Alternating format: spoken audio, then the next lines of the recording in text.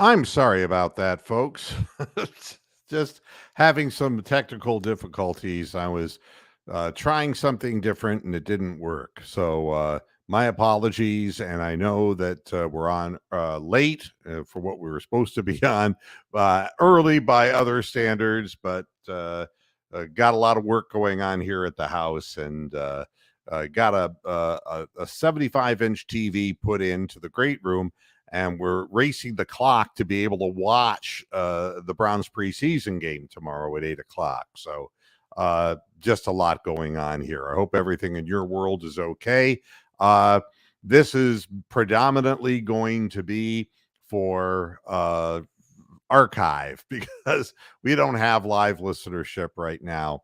And that's my fault. But what the hell? We don't go through life blameless now, do we? I wanted to start out the program today by talking about the horrible trades that the Guardians are making and what a horrible organization the Guardians are, and why the Guardians don't deserve anybody's attention whatsoever. And it's pathetic. And I'm not even a baseball fan, but I've stopped really paying attention to this because they're not serious about winning. And that's what this whole thing is all about.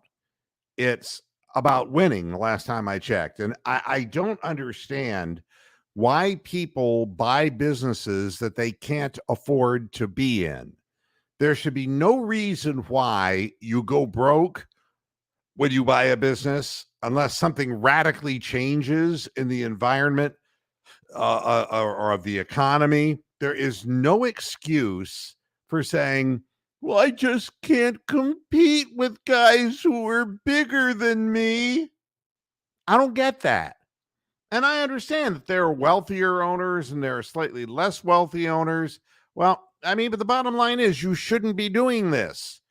If you can't afford a major league baseball team, buy a minor league team, do dancing hot dog promotions, do something. But, to sit here and have a season that you had last year, and then you kind of knew that it was a fortunate year. We had a lot of comeback wins, and there was a lot of great stuff that happened last year that we were surprised would happen, but it all caught up to them because now pitchers obviously know how to pitch these hitters. We got no hit yesterday. We got whipped again today because we can't score runs, and we don't have anybody. It's like they have little matchsticks in their hands instead of baseball bats. We don't have men playing this game. We have these little skinny stick figures who hope to string together 5-7 singles in a row to get a couple of runs. And to make matters worse, it's all because of a strategy on the part of ownership. And I know that it's really dated. Say, oh, the Dolans are cheap. And I don't want to go in that direction. I just think the Dolans shouldn't own the Guardians.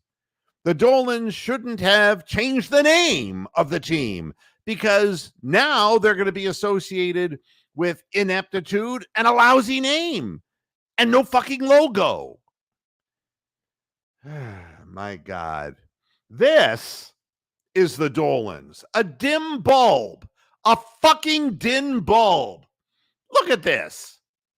This is Paul Dolan. I should smash it and say this is Paul Dolan on drugs. My God. How in the hell do you expect a team to win when you follow the same losing strategy year after year? Well, what we're going to do is we're going to rely on pitching. We're going to have no power in our minor league system. We're going to try to trade people to get power hitters. Josh Bell. Josh Bell. That's what we do. And then we wonder to ourselves, why didn't that work? I don't understand. I'm going to look something up here. And this should pretty well say it all to you folks. All right. I'm looking up Josh Bell stats, and I don't mean to be poking fun at Josh Bell. It's great. I'm glad that he got traded. Maybe he can find joy someplace else rather than Cleveland. If you look at his history, he came into the league in 2016. All right, but he didn't really start playing a lot of games until 2017. And he was a credible baseball player. He hit 26 home runs. Of course, it was in Pittsburgh, not in the major leagues, but still, he was in Pittsburgh. He was a Pirate, and he hit 26 home runs, drove in 90 runs. And it's like, hey, that's pretty good. His second year, when people said, okay, we're a little more familiar with this guy, he hit 12 home runs and drove in 62 runs and hit 261. It's like, still not too bad. 2019, he had a tremendous year. 37 home runs, 116 runs batted in. And he hit 277. So what did Pittsburgh do? He got hurt in 2020 and he didn't play very many games, only 57 games. And he hit 226 and he said, let's trade him to another minor league team. So he ended up in Washington. And he played 144 games there. And he had 27 home runs and 88 runs batted in. And he hit a 261. And he came back the next year and he hit 17 home runs and he drove in 71 runs and hit 266 for a combination of Washington and the San Diego Padres. Now, why did Washington trade him?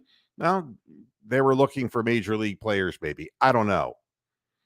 So after all of this, why would the Guardians think that Josh Bell would be an answer to their problems?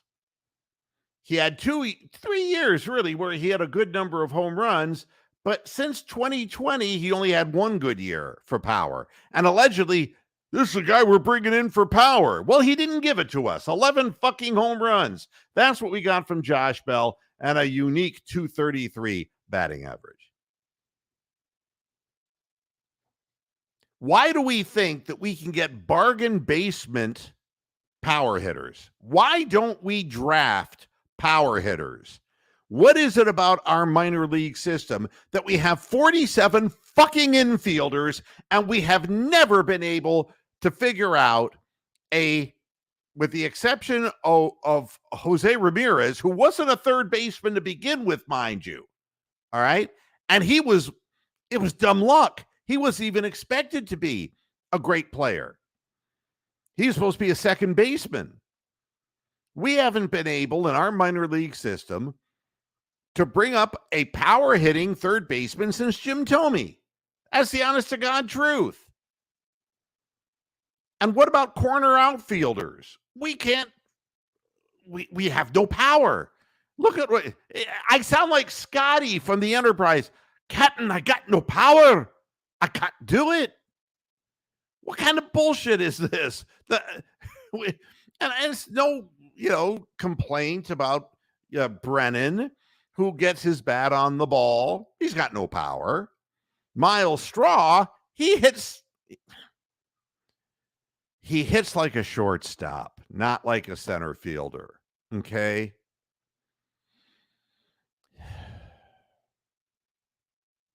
Every year it's the same thing over and over again. Every single year. We don't have power hitting.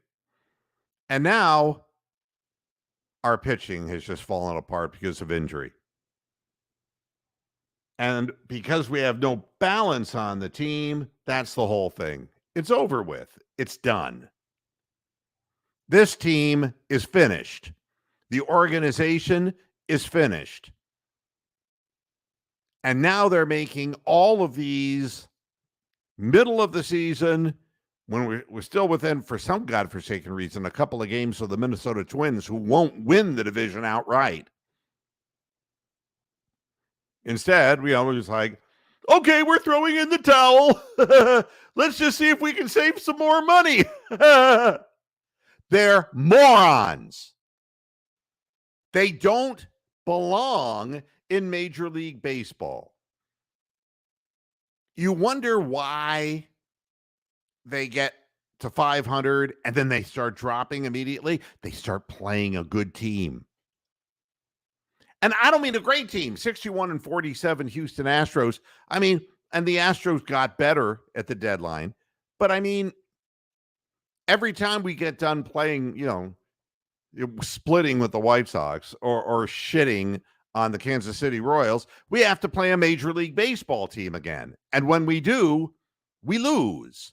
We don't just lose small, we lose big. 4-game series, we get swept. And then we're immediately 3 games behind the Minnesota Twins again. Then we play more American League Central opponents and we climb our way back. It's like, bam, we go back down again. And that's it.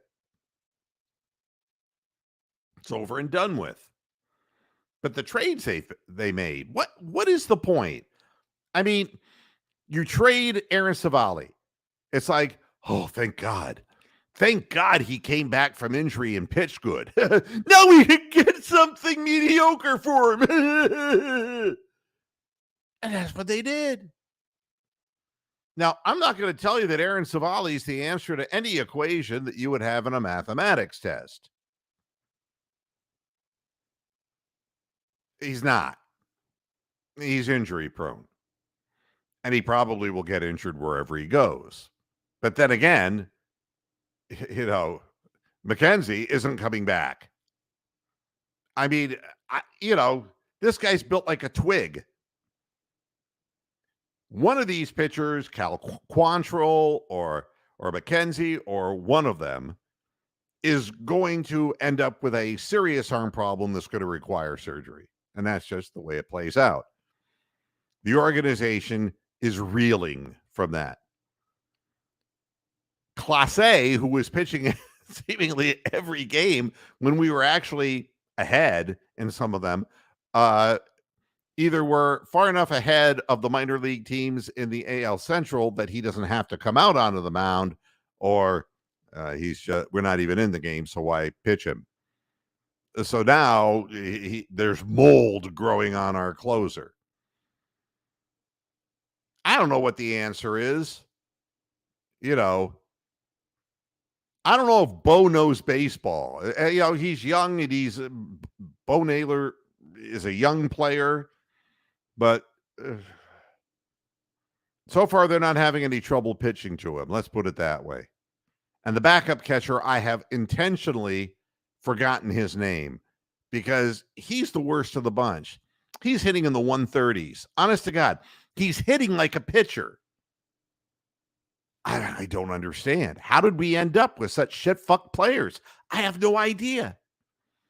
Ahmed Rosario, they said, oh, he's a lousy fielder. Well, I'm not going to tell you that he's a rangy, great-armed shortstop because the truth of the matter is he had a long windup and we didn't make double plays because he couldn't get rid of the ball quickly enough. But he did get his bat on the ball. He's kind of a streaky hitter. So what do we have in the minor leagues? Gabriel Arias. We have Brian Rocchio and Pinocchio. I have, that's why I call him Brian Pinocchio, because he's got a big nose. And, I don't understand.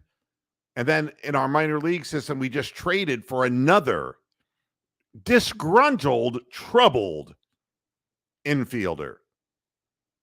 I mean, who was a former top draft of the Marlins. Is that right?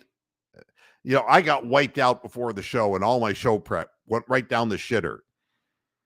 But I don't understand why we're bringing more infielders into the fold. I mean, unless they believe that Brian Pinocchio and all of his friends aren't good enough to play in the major league level, then what is our minor league organization doing?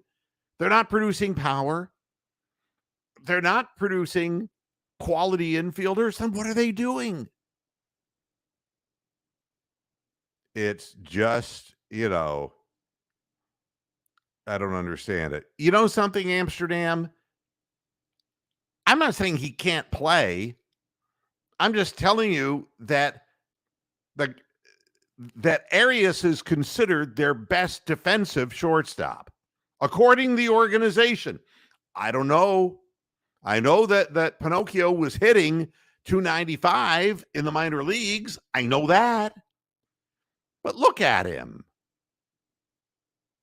He's emaciated. I mean, he's made of wood. Come on. And boy, he was not hauling his ass down the line in the ninth inning when he hit into the game-ending double play. Now, was he? He's not even fast. He's skinny. He has no power. And he's not fast. And he's not considered, according to the organization, the best defensive shortstop. So we get another guy, and a guy who was supposed to be like many places said he was going to be the number 1 overall pick in the draft because he was a can't miss.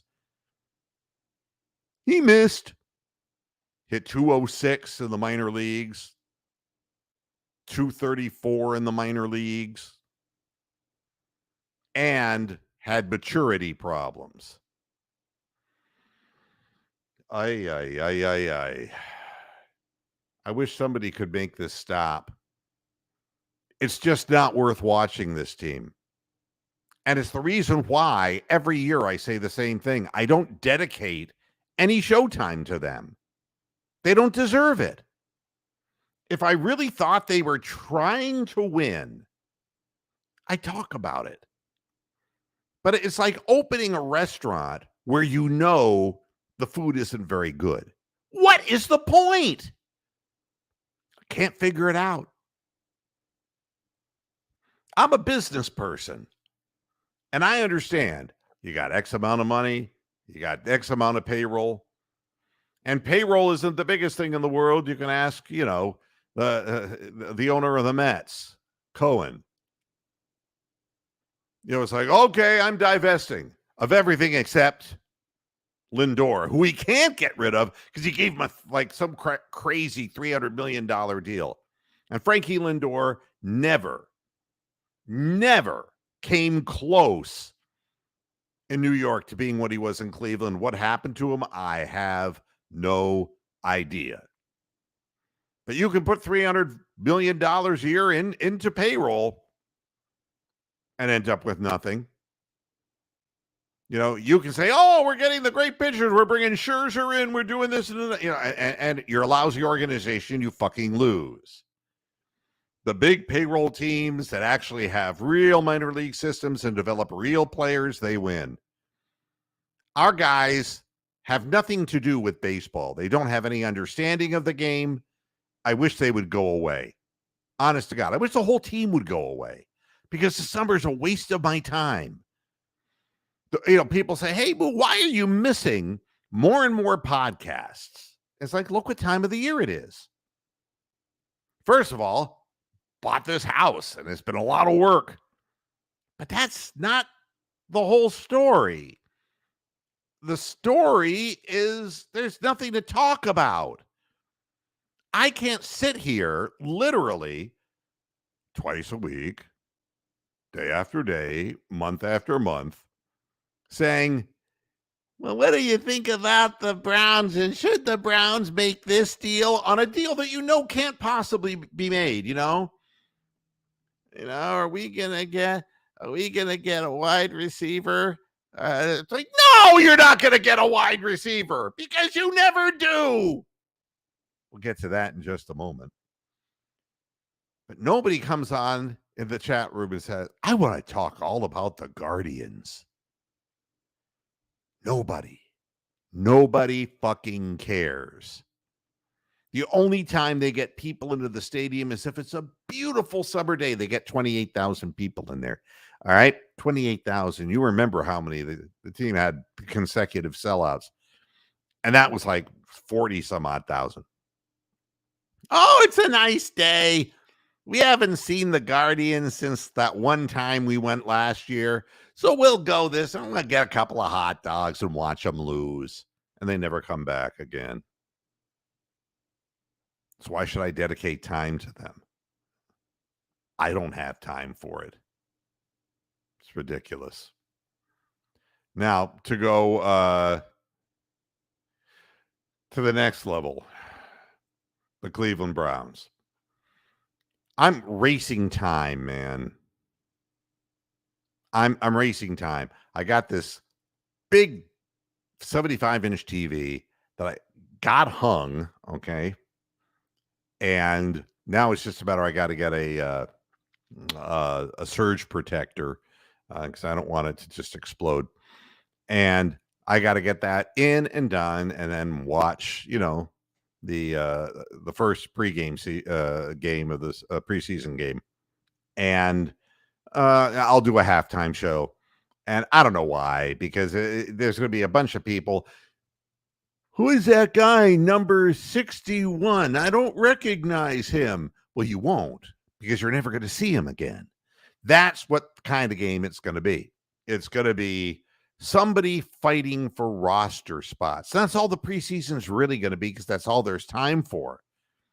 It's like, I might make a special teams contribution. You're not going to find anybody who's going to be more than third on the depth chart. And God forbid, if they played somebody that needed to play and they got hurt, then everybody would be screaming, bloody murder. Yeah. Oh, God.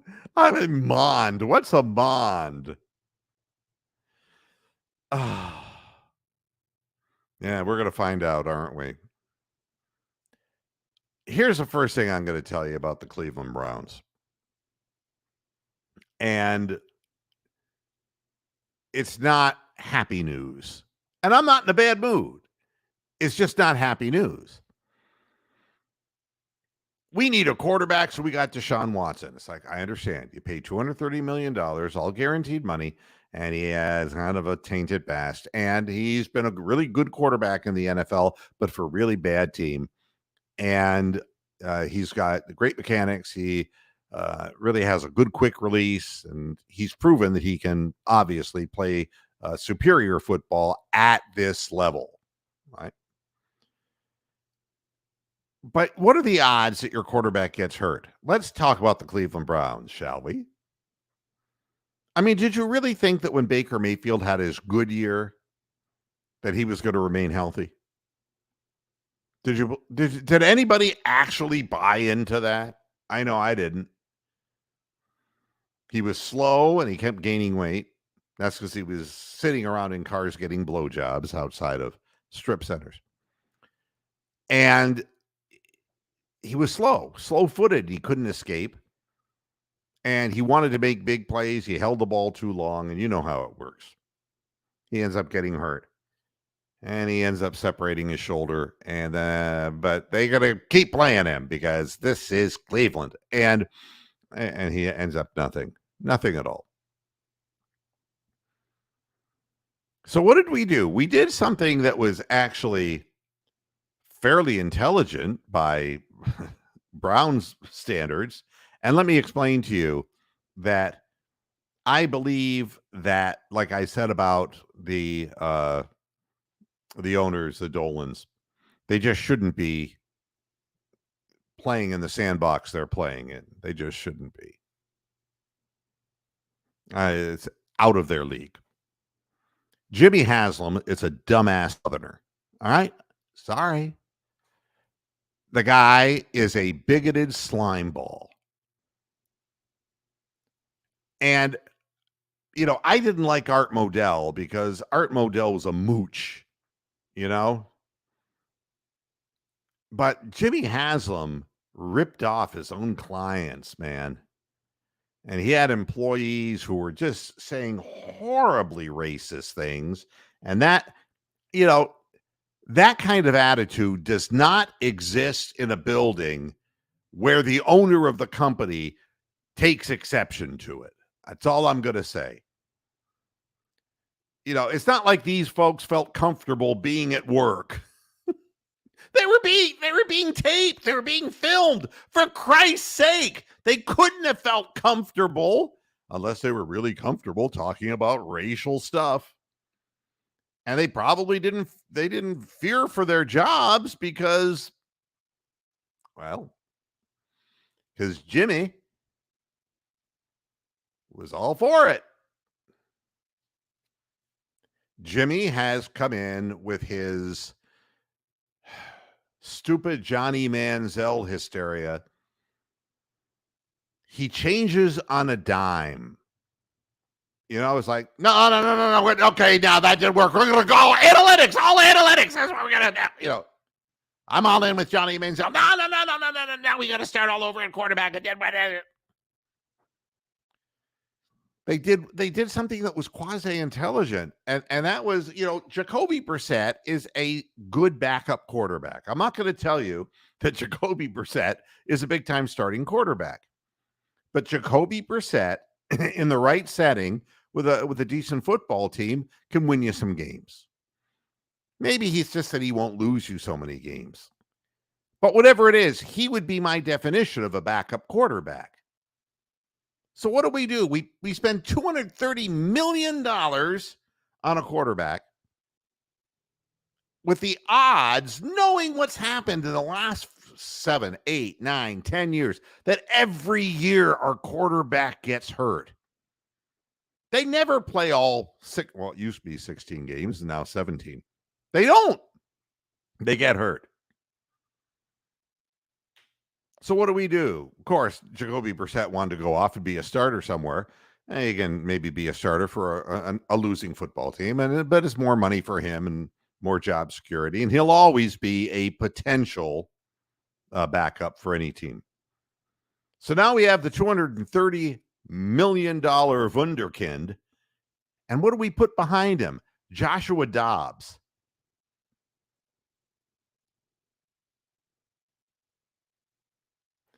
All right, you know, I like to put up comments because, you know, the trades were necessary. Yeah, but the acquisitions weren't. Josh Bell should never. I mean, $33 million? You can't be serious. John McEnroe. I'm not going to tell you that the trades were unnecessary, but they didn't get anything. They never do. We pick the wrong players consistently because we have no idea how we can get our hands on a power hitter because they're too expensive for us. It's like somebody going to a restaurant, okay? You're in Northeast Ohio and you're going to go to Fleming's Prime Steakhouse, all right? You're up in Fairlawn and you say, a USDA prime steak. But if you can't fucking afford it, you're never going to eat it. The Guardians can't afford a power hitter, and they can't get anyone in their minor league system because they don't know how to draft. What they draft are pitchers, not hitters. And that's how you get to this point, which II points out. Yeah, well, we've given up on Savali because he's injury prone. I agree. But, you know, we just get rid of him for nothing. And we nurtured him in a minor league system, and we ended up getting no value for him at all. And that's how you end up nowhere. But, yeah, the trades were necessary, but they can't trade for anybody because they can't afford anybody.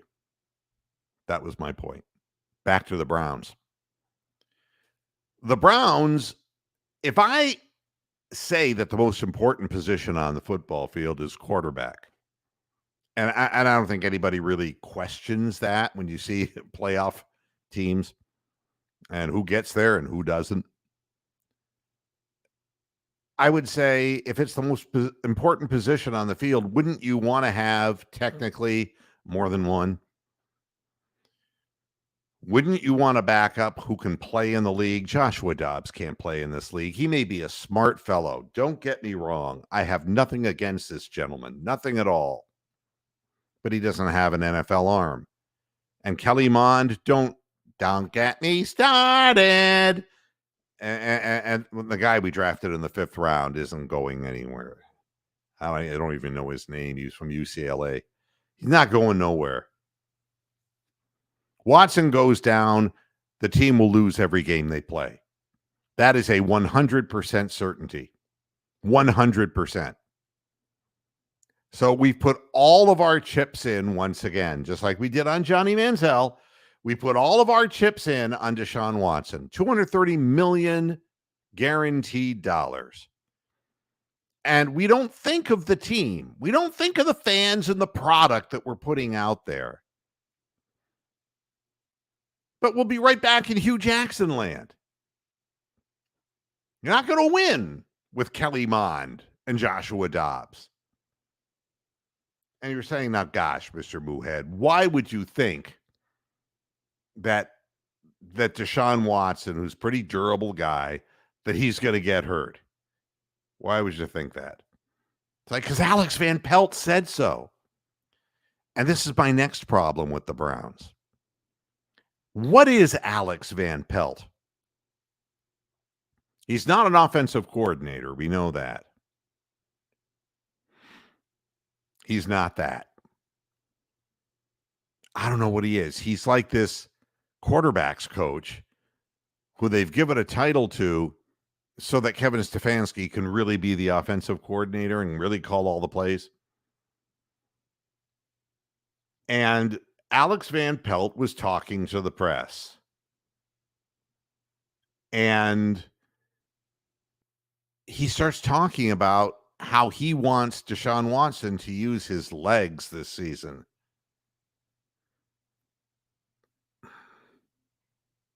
It's a natural thing for him, Van Pelt said.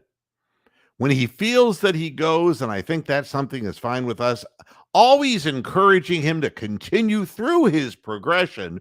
Don't skip a step. And then if you get to the last part of that progression and there's nothing there, then take off. So continue to coach through the progression, and then we allow him to be special when he does escape. What if he doesn't escape?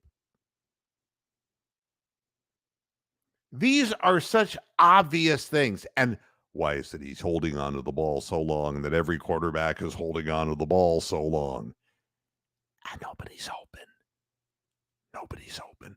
I was reading the account of, there are a bunch of things that Van Pelt is saying that really makes me wonder. Here it is. Van Pelt isn't overly concerned about the defense consistently winning in the red zone during practices, because the defense dominated the 7-on-7s and the 11-on-11s. Here's Van Pelt's quote. Not making this up. I told the guys this morning, it's hard, he said. It's hard down there to get inside that 5-yard line, that 8-yard line. And it's a pass drill. It's skeleton. The situations, we had 4-point plays, touchdowns instead of field goals the other day.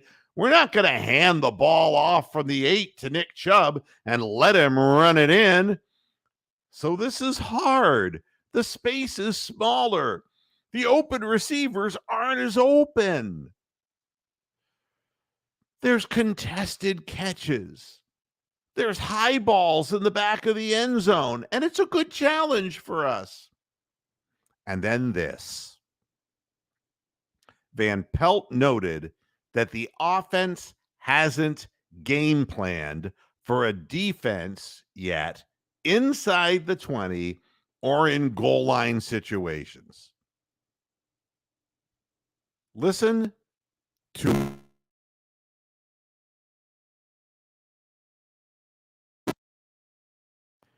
quote, we're going to continue to get good at what we do. And then when they play great coverage, it's hard to win down there in tight spaces. But I told the guys this morning again, we're not game planning against our own defense. We're not trying to change plays to win the drill. We're going to run our plays and get really good at those. And then remember, hey, we have running backs. We have things we're going to do down there. Not just drop back and throw the ball every time. And we'll let the quarterback run it in too whenever the Spirit moves him. I'm just like, I would terminate the guy. Every Browns fan has watched the ineptitude of this team in the red zone. And we're saying Kevin Stefanski can't drop plays. We get to the 7-yard line, and we never give the ball off to the running back. We never let the ball, we never jam it down anyone's throat. That first down play is always a stupid-ass motherfucking fade pattern, and we don't have anybody. We got the big chief from One Flew Over the Cuckoo's Nest. And the big chief, he has a size advantage, but he doesn't have a separation advantage. And he's covered, and every fade fails. Terrible play calling. Now it's 2nd and goal from the 7. And then you know what he does. He runs a wide sweep and gets caught for a loss because he's Kevin Stefanski. And then on 3rd down with 8 yards, they gotta get. Everybody just moves back and nobody's open because the play design sucks because it's Kevin Stefanski. Alex Van Pelt wants to keep his job because nobody else wants him. Got it? I love movie references, Crumbly. I love it. Juicy fruit. You got it, Chief. This is just scary to me. How could you come to practice and not work on game planning in the red zone?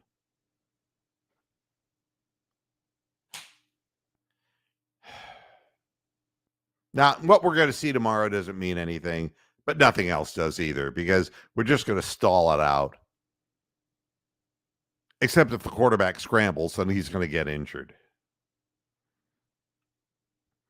Van Pelt has liked what he's seen from Elijah Moore, David Bell, Cedric Tillman, Dalen Baldwin, and Austin Watkins.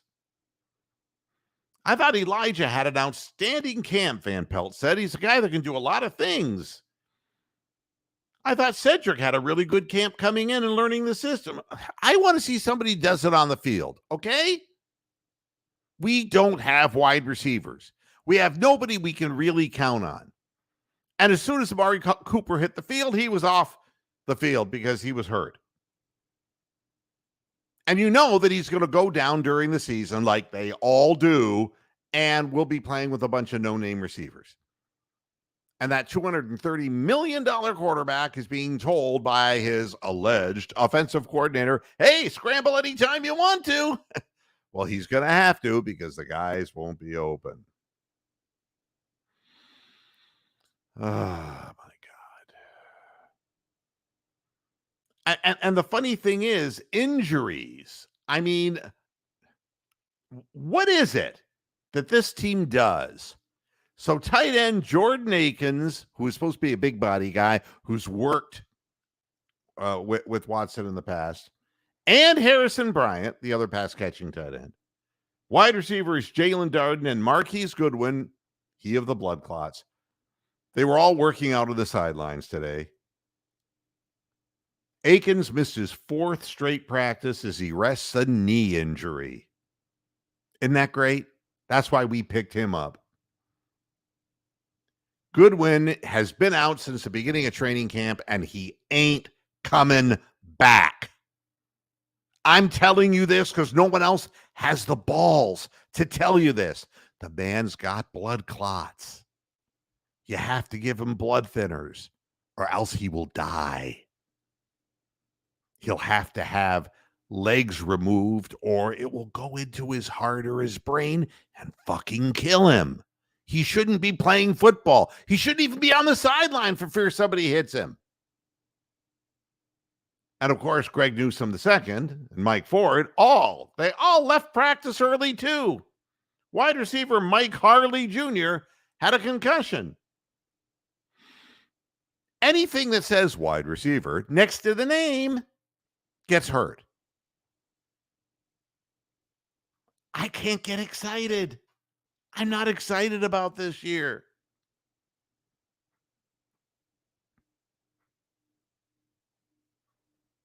if there is a big lag in audio, I have no way of knowing that.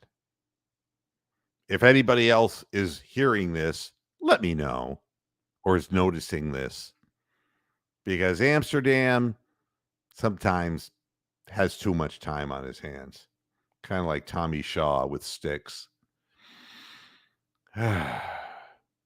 So with all of this, what are the gambling diseased people saying? You know, how many games are the Browns going to win? And there is a projection of 9.5. But the thing is, 57% chance that it's going to be less than the 9.5. Which means it's more like 9 or 8 or 7. So before we even get into this whole thing of saying, oh, I'm sorry that there is a lag. I'm getting a further indication. Do you have any idea? Is it like my mouth is not in sync with what I'm saying? Is that what it is? Because I'm just in my studio and I can't, I'm seeing my own live feed. There is a delay when it goes out onto YouTube. So I can't watch YouTube at the same time.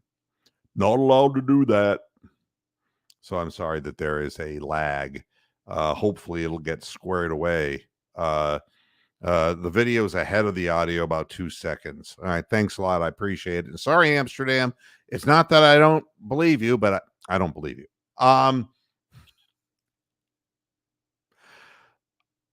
The problem is Baltimore, they're saying 10.5 games. Cincinnati, 11.5 games. And even Pittsburgh, 8.5 games with Pickett, with Kenny Pickett.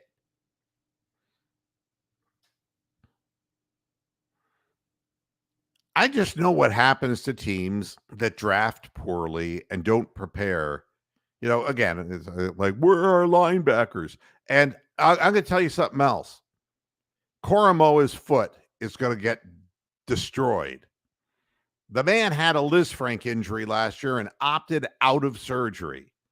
When he is forced to plant on that thing, they're going to carry him off the fucking field. Koromoa will be gone within 4 to 6 games of the season, and he won't be back. We have no linebackers again.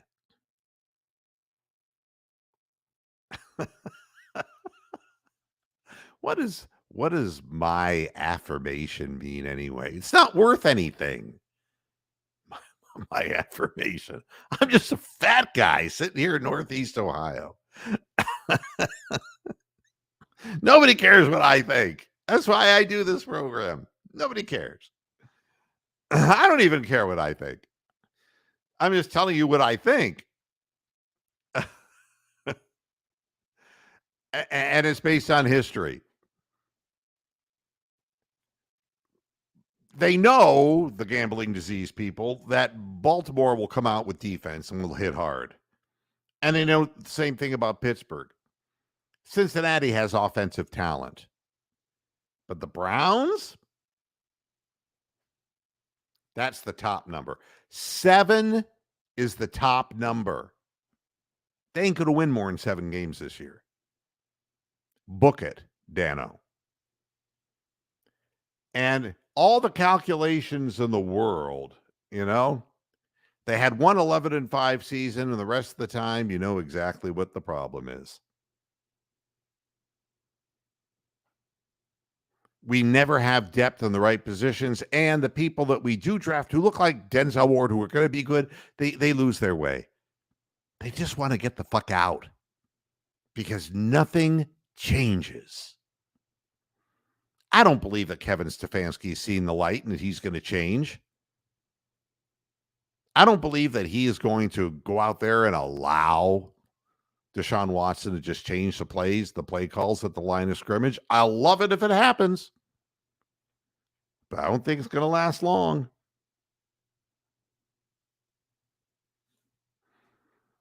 And if you're really hoping for an amazing turnaround, there isn't a basis for it. We're weaker in the running back position. Chubb's a year older. Kareem Hunt is gone. And I don't see, you know, I don't see anybody really picking up the slack that way. And Deshaun Watson is still, we don't know. And we're going to judge him on the basis of these shitty wide receivers that we have. That's the problem. I mean, it seems to me, he'd been working with better receivers, even on a lousy football team that had no defense, couldn't stop anybody. But he did have DeAndre Hopkins. He don't have none of that.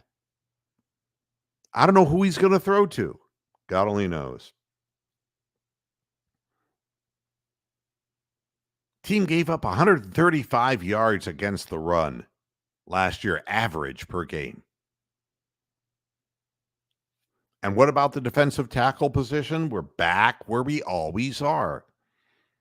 We decided now we got a couple, via trade, more veteran defensive tackles will be carried off the field. Every year we go in the same thing. If you can't stop the run in the AFC North, you're not going to win.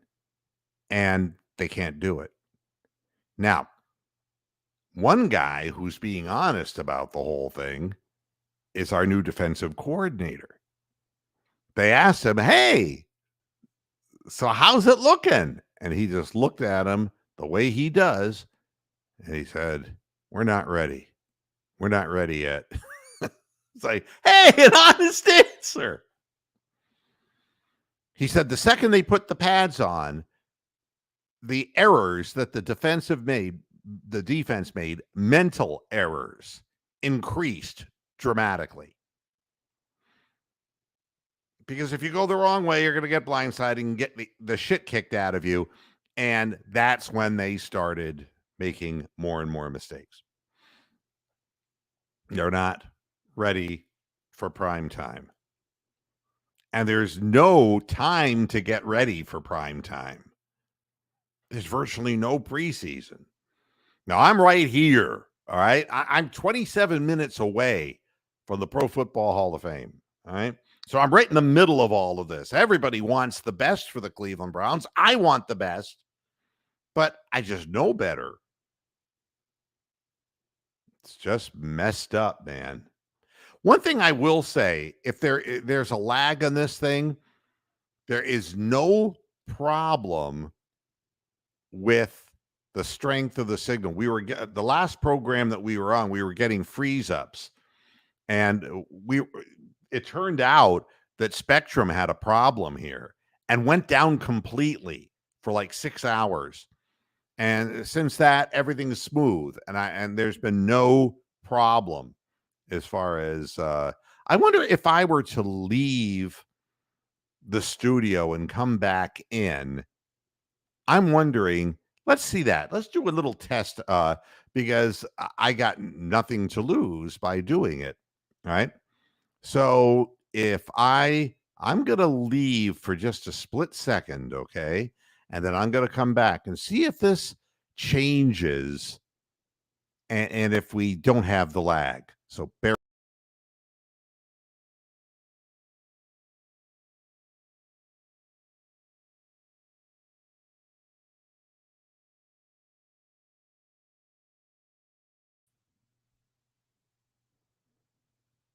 Okay.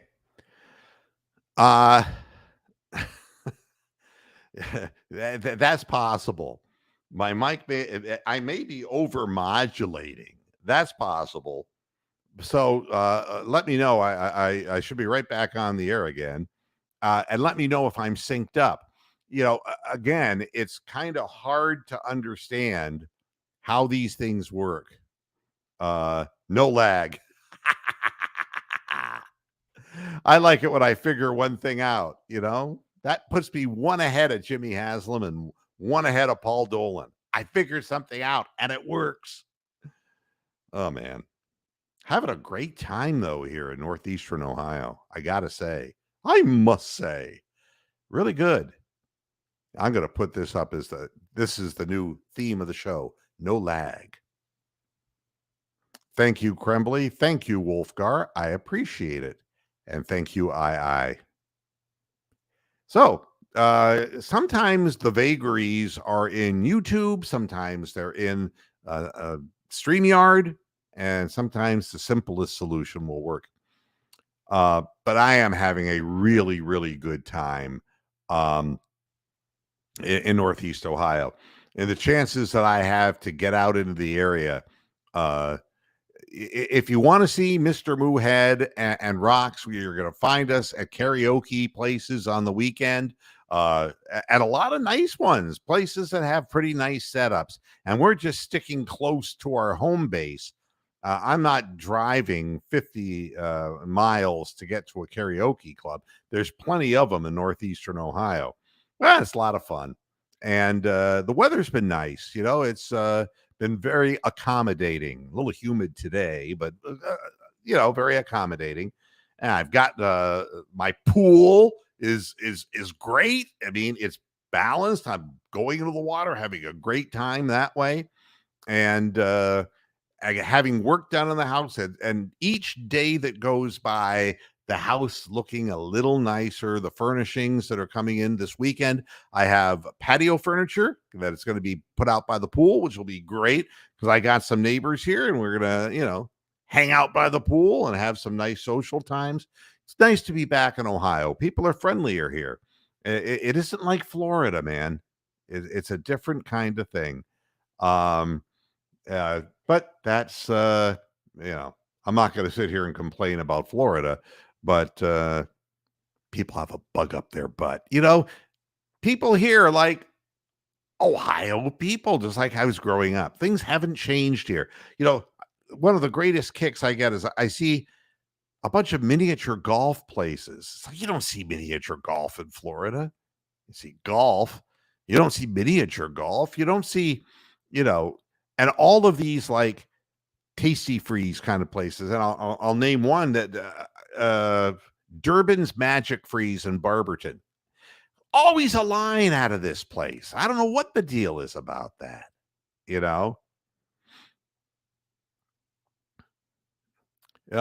It's a lot of things that, drive-in movie theaters. They're actually drive-in movie theaters around. It's like I hadn't seen a drive-in movie, and it was $25 per car. And it reminded me of Chico and the Man at the theater, right? That was Cheech and Chong.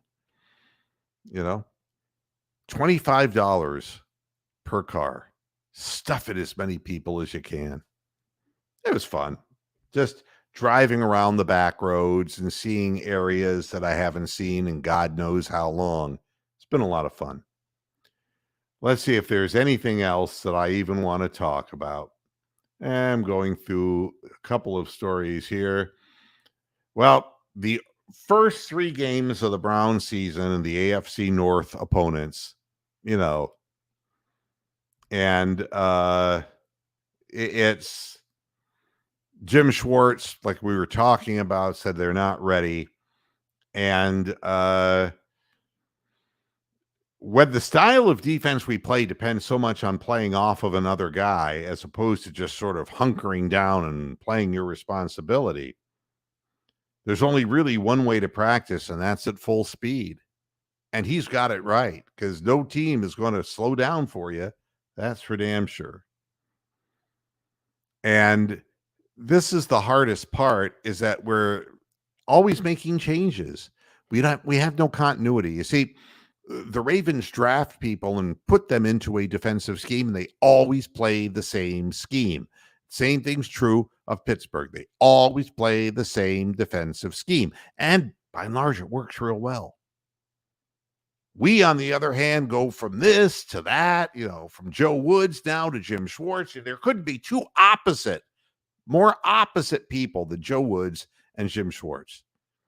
I would like to have seen Jim Schwartz here before Joe Woods, so we wouldn't have had to go through all that bullshit. But yeah, all these changes. And what he is saying is you're playing off of other players. There has to be communication. And they couldn't even communicate in Joe Wood's silly system. God only knows what's going to happen. The story I was talking about, the first day in pads down in West Virginia, the communication broke down on the defense. And I'll make this a quote from him. We made more mistakes that first day, mental mistakes, than we did the whole week before that. Because once you get in the pads and people start flying around the field a little bit, and that's just a little bit, you wait. You wait to the first three opponents that we play. They're going to be flying around like crazy. And Deshaun Watson's a marked man. Believe me. Oh, I've heard this before. You know, I know the injury that Burrow has. They'll put a brace on his knee, or on his calf or wherever they're going to put it. And he'll go out and will give up 180 yards rushing, and they'll win a low scoring game, and and he won't be overworked. That's the way it gets done. And I don't know who Cincinnati's running backs are, because it's all going to be a different thing for them. But they do have the receivers in place, and it depends. Our pass rush, our non-existent pass rush, or the one guy who's supposed to be the great sack master, who ends up having pretty good seasons, but never in games that really matter.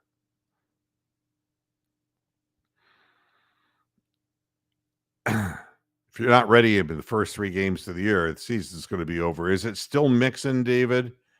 And we've given up 200-yard rushing games to him. Not recently. I don't know that he could run 200 yards in a day at this point, but if he could, it would probably happen against the Browns. But I fully believe that Joe Burrow will be in the huddle for that game. I truly believe that. And I'm going to keep saying it over and over and over again. The Browns have to play defense and stop the run. I mean, it's one thing if you're going to get passed out into oblivion because your secondary isn't good enough, fine. I mean, I would rather lose a game where a team stretched the field and just had more talent than we did than just a team without a motor and without a heart, without physicality. I want to see our guys get through the line of scrimmage, get into the backfield, and stop people. And, it's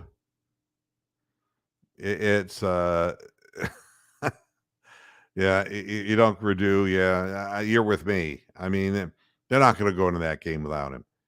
But the thing is, the danger is always the same thing. And if it's not healed, that could become a chronic injury. That we know. So that's what I have for you today. About an hour's worth of shit. And, if you missed out on this program, just go back, and go to YouTube, and you can see that I've accomplished nothing except complained. Am I excited about tomorrow's game? I'm always excited when football season begins. But realistically, I don't see how this team is going to be prepared to start out the season ready to win. And I always end up saying the same thing about the Browns, which is, first 4 games of the year, you got to have a big record. You got to be 3-1, even if you make 2-2. But you can't be 1-3 or 0-4 because you're not going to the playoffs, and the season just comes to a quick end. And playing, 3 division rivals, yeah, it's going to be tough, and just can't be ready. And we keep saying that. Then what we hope for is that we get better during the course of the year, and then that doesn't happen. Then we make changes, and we're right back into the same thing all over again.